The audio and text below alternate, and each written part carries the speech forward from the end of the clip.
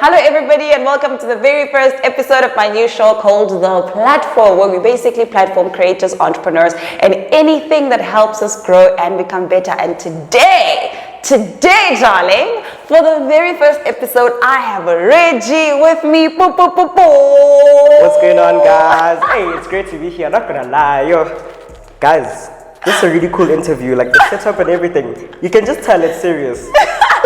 Because we're gonna talk about money. Yeah, no, like genuinely speaking, like it feels like it. I feel like okay, no, sure. Let me sit up for this one. Let me. Awesome. Thank you for having me. Thank you for coming. I'm so excited. How comfortable are you talking about money?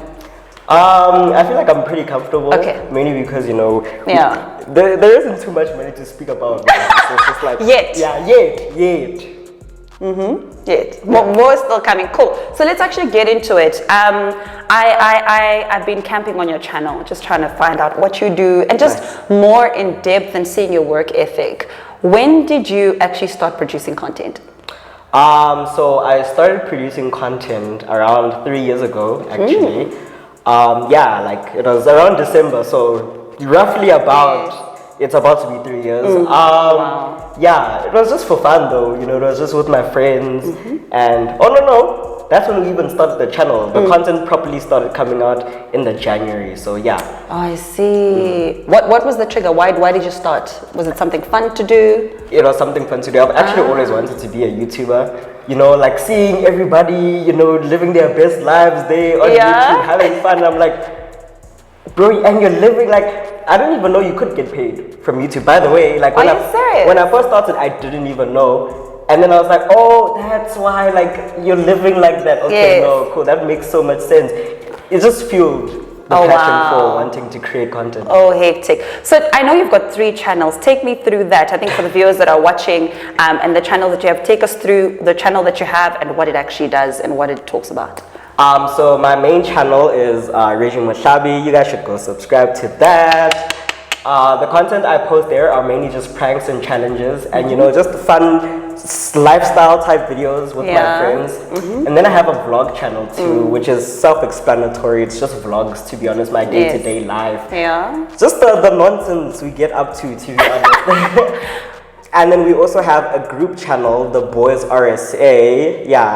I'm not even sure like when I'm supposed to pick, like when people ask me like, which one's your favorite? Like they genuinely on the same level. Oh, lovely. On the group channel, it's the same thing. We do pranks, we do challenges and everything surrounding. But as a group this time. Oh, interesting. Lovely. So take me through, now you've got these 3 channels that are doing really well. And guys, when I say they're doing really well, I mean they have like hundreds of thousands of subscribers, about 350 something K views. These are channels that are really, really doing very well. So there's been a lot of hard work that's gotten into this.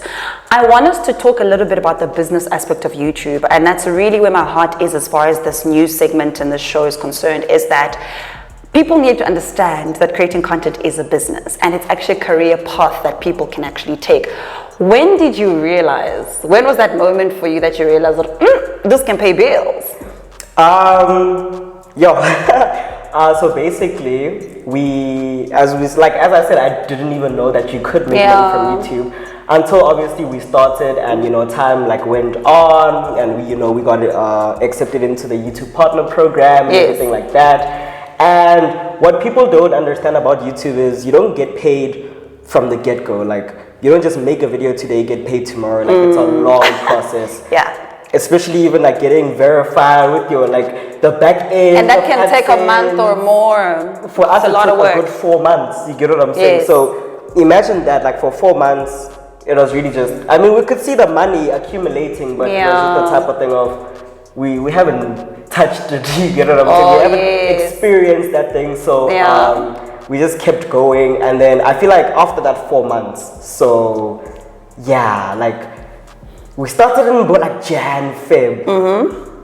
And then we only started seeing money properly in like August. So there was like 4 months of waiting and then another 4 months to even get into the partner program. I see. That's when we saw that, oh snap, okay, we got 5 rand today. That like, wow. Like the fact that you could actually make money in general and was seeing that cash. Yeah. That was, I feel like the first trigger where I was like, okay, no, but if we just keep going, this amount obviously won't be this low. Like as time goes on, it's going to accumulate. We can make more. So how much was the first paycheck? So the first ever paycheck was actually 4K. But I mean, was that for the boys RSA? It was for the boys RSA, yeah. So nice. we split it, I mean, in 6. Yeah. I used to get a bit more because I used to do the editing. Oh, so I see. we split it by 6 and then just maybe like add a couple of more, like, yeah, for me. Because you were doing the extra work. Exactly. Interesting. But yeah, like, as I said, you know, 4K divided by 6, you'll just do the math. It wasn't as much. Yeah. But for people that, I mean, my allowance was a good, like, 400 rand, if not less. So that topped it up. Yeah, I was like, okay, allowance plus this. Life is good. Lunch at school, I was there. On me. You guys want sandwiches? 4. Yeah, can please get 6, please. Oh my gosh, that is so awesome because a lot of people don't actually realize, I mean, that you're so young. How old are you? 18? I'm 18 now. Yeah. Yo. So that was the first amount that you've made and you've done all this work that you've worked from AdSense only. Give me a range of how much money you're making right now. Right now? So I haven't been posting too regularly on my YouTube. Yeah. So it's not as much, but the average when you're actually posting consistently and everything like that, it really depends from channel to channel and how consistently you post. And the CPM and exactly. So are we going to talk about like everything together or are we just going to use one channel? We can use one channel. Let's say your personal channel. Okay, so my personal channel, you know, if I post 4 times in a month, that's every Sunday. If I just post consistently, that's a good 10 to 15K. That is a lot of money. Yeah. That is a lot of money. That is a lot of money. And what's so interesting about what you're saying is that 10K is not only money that's coming to you, but there's an understanding that you're filming and you're editing and you're putting music on editing. What are the costs that you have to what are the things you have to pay for to make sure that you run the channel and you get to that money? So I feel like when we talk about YouTube in the business sense and everything like that, for me personally, I only started taking it more and more seriously recently. It was just that type of thing of I had to do everything myself. So when it came to the editing softwares and stuff like that, me, I wouldn't lie.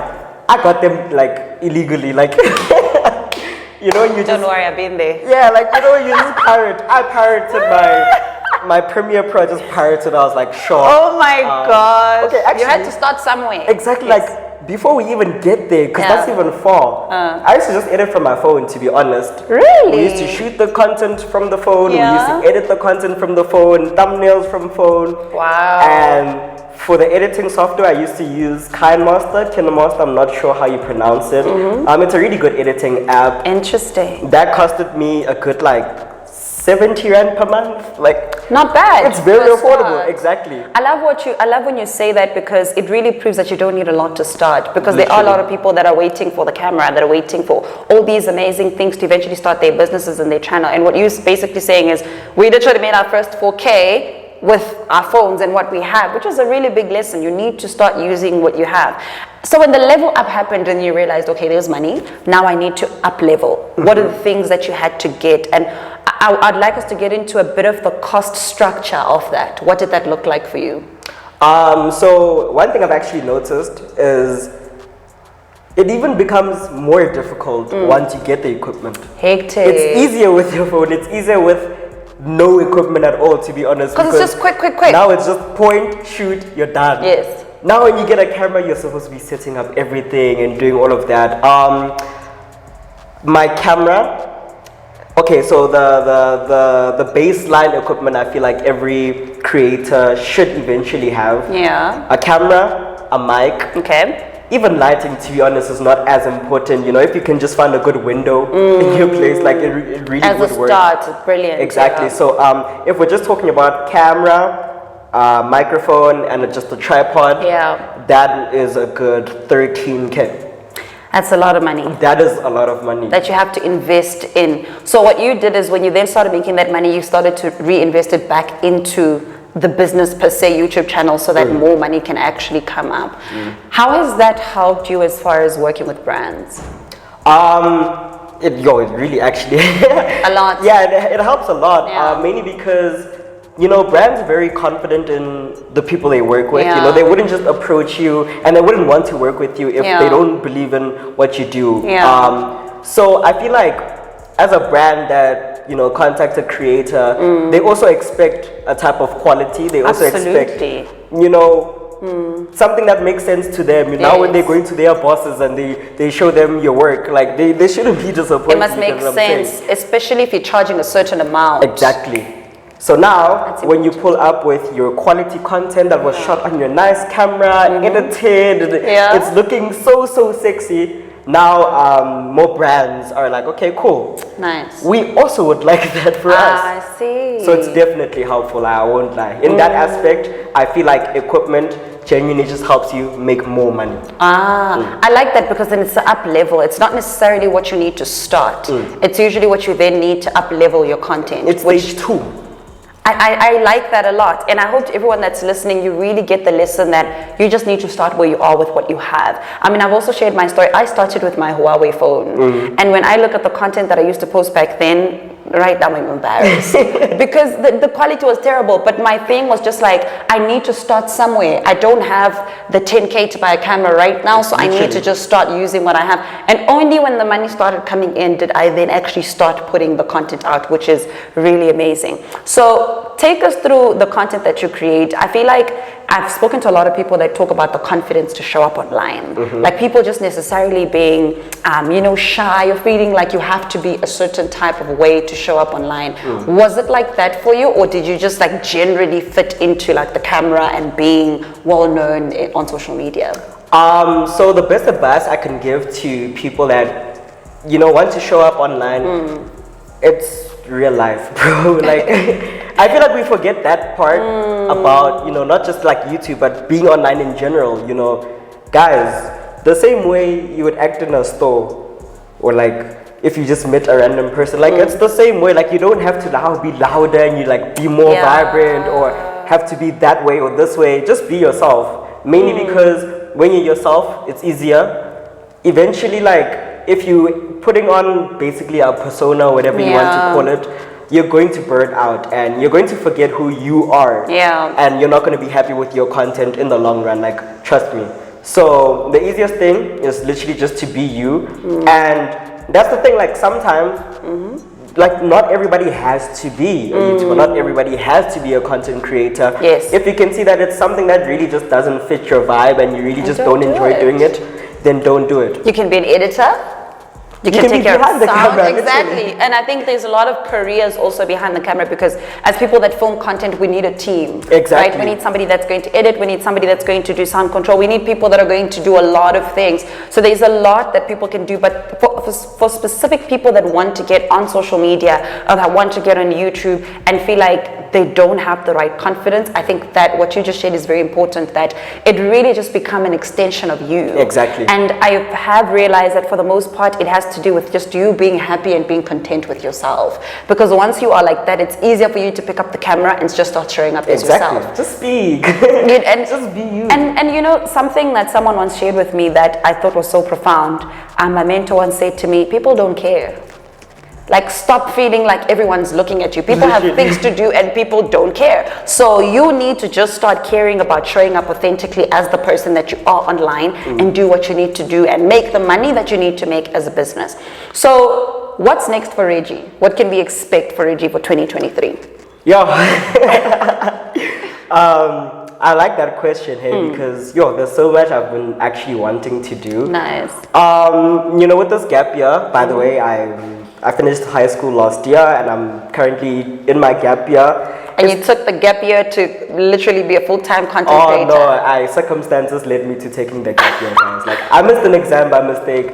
It's a whole story, but yeah, no. I eventually wrote it this May. Oh, is it? Oh, you had to rewrite an exam to get your marks for... I literally overslept for my English exam because of my content, editing, all of that. Like, yeah. That's how hectic it got. Content is killing the youth. Content is literally killing the youth, hey? Wow. But in hindsight, you look back now and everything that you've achieved, it really seems like it was just meant to be. Yeah, literally. Like, I was saying the same thing because my mom probably thinks I did it on purpose and I really didn't. Like, It just happened, and honestly, I don't regret it. I'm really happy that I took this gap year because, yeah, I've definitely learned so much this year that I don't think I would have learned, or if anything, I wouldn't have learned as quick as if I was still in school and, you know, tied up with other things like studying. So yeah, next year there's businesses that I actually want to be pushing. You know, we're gonna make money. Monetize. Of course. That's actually one thing I've learned. Monetizing is very important because it's one thing to be online and, you know, to have this presence and everything, but at the end of the day, what are you doing with it? You know, like, you can't be famous and not rich. Be broke. You see, so now it's that type of thing of I'm going to be releasing merchandise. I am going to be. I want to start a RXM Studios. So basically, it's not a music label or anything like that, but it's basically a project or projects that I'm going to be consistently working on, where I say, okay guys, I bring up upcoming artists and people that would really like to, you know, blow up when it comes to music and everything like that. I give them the resources like the studios and the producers and everything like that. We make an entire project and I just release it under, you know, me, RXM Studios. They'll still get their percentages and I'll still get my percentages for helping out. And we just continue like that, mainly because I just want to see more and more young people blowing up, you know, not just with YouTube, but music too. Like, if just in the creative space. In the creative space, literally. So there's going to be that too. I want to do a lot of charity work. I feel like charity is so important, guys. You can't be in a privileged position and not want to give back. Absolutely. So that's definitely also something I've been working on. So those three are like my top priorities for now. But obviously, there are so much more. Where the wind blows. Yeah, where the wind blows, guys. Genuinely speaking. Where the wind blows. That is so awesome. I love the whole merch idea because you're getting into productizing, which is a big part of monetization. And I like what you say about actually using your numbers to actually make an income. There are a lot of people with a lot of numbers but can't translate that into money. And what people don't understand, and I preach this all the time, is that the more money you make, the more impact you'll have. Because you'll be able to do more of the charity work, you'll be able to produce more content, you'll be able to actually do more. So I'm quite excited and super impressed that you are thinking along those lines, because I do believe that there's so much more that's coming up. I saw you recently did something with Blood and Water, a campaign with them. So I'm looking forward to seeing you on their screens as one of their cast members. Guys, yeah, same here. If you guys are watching, you know, hey, I know a guy. So I'm definitely looking forward to just seeing you do more of that work. I think you'd be super awesome because you're such a superstar, AG. Hey man, you know, I be trying, guys. You know, I be bathing, you know, making sure that like I'm brushing my hair every day. We try. That's so awesome. So to wrap up the show, we've got a segment called the Platform Plug. And on the Platform Plug, we need you to plug two things. The first thing is we need you to plug a creator that you know of that is really working hard, that you want people to be on the lookout for. You mentioned their handle. And then the second just plug, one. There's a lot, eh? No, like now, like I'm even thinking like, okay, who do I I have pick? like 10 people in mind. I must pick one. That's not fair. I know, but it only has to be one. And then the second one is something that is being resourceful for you. It could be a podcast, it could be a book, it could be a video that you recently watched, or a conversation, but something that people can actually get in touch with to help them, you know, become a bit more better at what they do. Okay. Yes.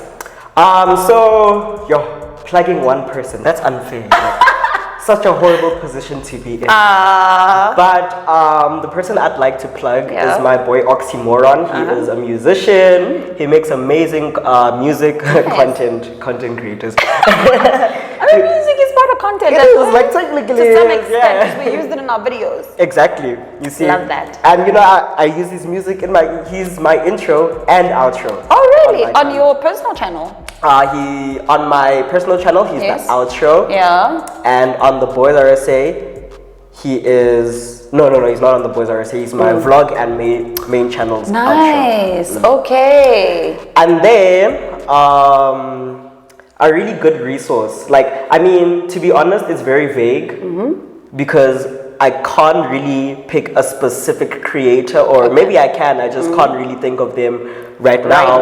But YouTube, guys, like no, the plug. YouTube is the plug. No, genuinely speaking, I love that. I didn't know how to edit. It's not something that, I went to school for. I didn't get taught by anyone. Yeah. I just watched a YouTube video on, I want to be a YouTuber.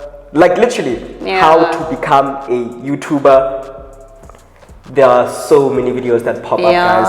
And trust me, those videos are important because they are YouTubers that are currently, YouTubing. Yes, and they also learned a certain way. I like that. So with that, you just you take their advice and you just go with it, to be honest, because I mean it's free and why not? So I picked up my phone, I learned how to edit like that. That's where I learned how to make thumbnails. That's where I learned, okay, cool, maybe my video should be structured this way instead of just pointing and shooting, because I mean, although we're having fun with it, like it also has to look a certain way. Like there's supposed to be a certain standard, Oh, definitely. And it's not that it's needed, the look but and feel. Yeah, like you should also be like, okay, cool. You want your content to be at a specific place. Yeah. And learning from others definitely is going to get you there. So yeah, like YouTube. Awesome. Oh, that's nice. So on the platform plug today, there is, what did you say his name is? Oxymoron. Oxymoron. Yeah. Please definitely do check him out on YouTube, guys. I like what you said. YouTube, you can research anything. It's literally a university. Literally. For creatives. You can learn how to do absolutely anything and get it done. So, when people say, when you ask a question like, how do I do this? And people say you need to research, go on YouTube and type what you want to do and you will find it and you'll actually get to do it. I absolutely love it. And it's free. Hey. It costs like 7K for some courses, bro. To teach you something that you would be able to find on YouTube, to do. Literally. Guys, like please do me that favor. Like don't pay for courses yet. You can pay later then, but please just start off free. Yeah. There's no need to be like, especially if you're cash strapped, because I have taken courses before and I've seen the value of getting the extended information. But if you're cash strapped, it's always a great way to start. Exactly. And you can Google anything as simple as how to be confident on camera. And I feel like also a very important thing, don't make excuses for yourself, because let's not lie, getting these courses, trying to get the camera first, trying to get the tripod first, trying to get the best everything first before you actually create the content and you do the stuff, like you're just holding yourself back and you're the one stopping yourself from succeeding, to be honest. And a lot of people do fall into the trap where they fall into the planning trap, where you're just hoping to get your camera right, you're just hoping to do this, just do it. Just pick up the phone and film and post. One thing I used to also do in the beginning to that point is I never used to rewatch my videos again. I would film and post immediately, because the more I watched it, the more I started being more conscious, and I'm like, oh, I didn't say that. Maybe my hair wasn't look, and then I'll delete it and then not post. But if I just filmed and I posted, just made my life so much easier. I was so much happier and I actually started. So that is important. So thank you so much for that. Guys, Reggie, everybody, it was so good to have you on my channel. I hope to have you again. Thank you so much for having me on your channel. And you're on TV. You know the vibes. And you're doing the thing. We're coming back different. Like the drip is going to be different. Even it's Mr. Mushabi after this. I'm like, come in a suit. Mr. Mushabi. Like, no, guys. Now we're talking about taxes today. Okay. The production powerhouse. Love it. Thank you so much, Reggie, for joining me on the platform today for the very first episode. Amazing. Absolutely. I really enjoyed it. This is going to be a lit series, eh? The creators we have lined up are going to be so awesome. So thank you so much. For you that is watching, that is listening, thank you so much for absolutely joining us on the show. I'm so excited. Reggie Mutlabi, everybody, or in the next coming months, Mr. Mutlabi. Have yourself a beautiful one. I'll see you in my next video. Bye.